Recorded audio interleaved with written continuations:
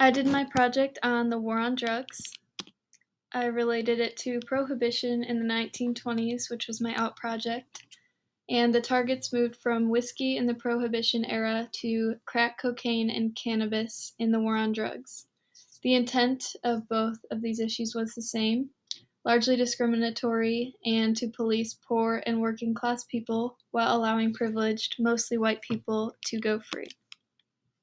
The stock story, on the right, we see President Nixon, who in 1971 declared a war on drugs and sent a message that he wanted enforcement of drugs to be paired with a rational approach to the recovery of the drug user. This includes rehabilitation, stopping drug trafficking, drug smuggling, and the production of drugs.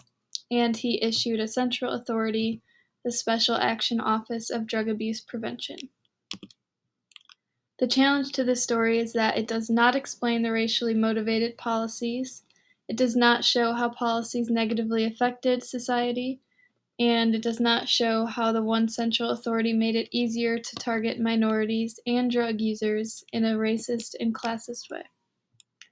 In the 1980s, federal law enforcement policies and legislation resulted in Black people being disproportionately arrested and imprisoned for possession and distribution of drugs. It's been nearly 5 decades of destructive mass incarceration, especially for drugs, and concealed stories started to arise with each new presidency as they enacted hypocritical policies.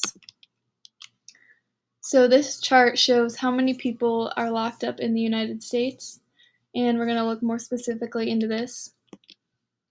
So on the left here, it shows the state, local, and federal authorities and says that 1 in 5 incarcerated people is locked up for a drug offense. This is about 374,000 people daily for drugs.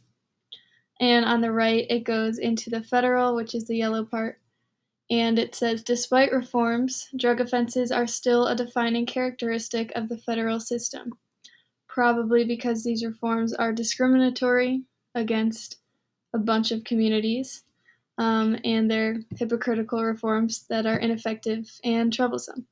So here you see that drugs are 67,000 in the Bureau of Prisons and then 21,000 in the U.S. Marshals, which is very high. So some concealed stories. On the left is John Ehrlichman, the counsel and assistant to U.S. President Nixon, who said, "We knew we couldn't make it illegal to be either against the war or Black, but by getting the public to associate the hippies with marijuana and Blacks with heroin, and then criminalize both heavily, we could disrupt those communities. Did we know we were lying about the drugs? Of course we did."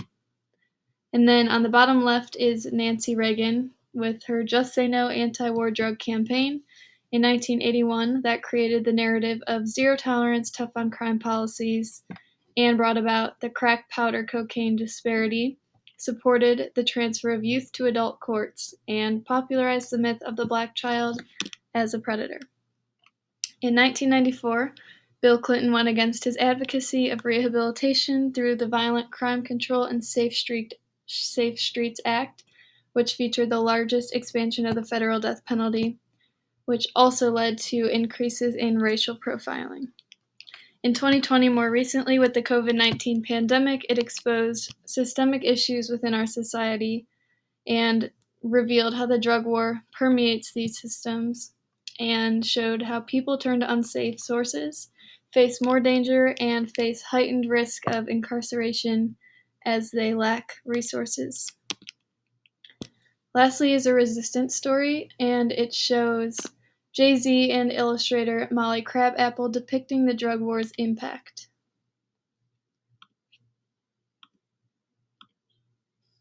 In states like New York, where holding marijuana is no longer grounds for arrest, police issue possession citations in Black and Latino neighborhoods at a far higher rate than other neighborhoods. Kids in Crown Heights are constantly stopped and ticketed for trees. Kids at dorms in Columbia, where rates of marijuana use are equal to or worse than those in the hood, are never targeted or ticketed. Rates of drug use are as high as they were when Nixon declared the so-called war in 1971. 45 years later, it's time to rethink our policies and laws. The war on drugs is an epic fail. And that's all.